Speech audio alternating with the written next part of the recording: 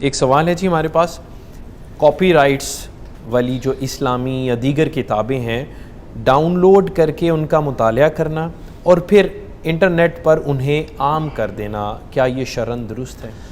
دو چیزیں آپ نے بیان کی، ایک تو ہے کہ خود ڈاؤن لوڈ کر کے اس کا مطالعہ کرنا، تو اس کا مطلب یہ ہے کہ اس کے آنر نے، اس کے رائٹر نے ڈاؤن لوڈ کرنے کی آپشن دی ہے. ٹھیک ہے، دی ہے تو وہ ہوا نا. جی بالکل. اگر وہ ڈاؤن لوڈ کی آپشن نہیں دیتے تو وہ ہوتی نہیں ہے. تو اس کا مطلب ہے کہ انہوں نے عام قاری کو اجازت دی ہے کہ بھائی آپ اس کو ڈاؤن لوڈ کریں اور اس سے استفادہ کریں، تو پھر تو عمومی اجازت میں شامل ہو گیا. ٹھیک ہے.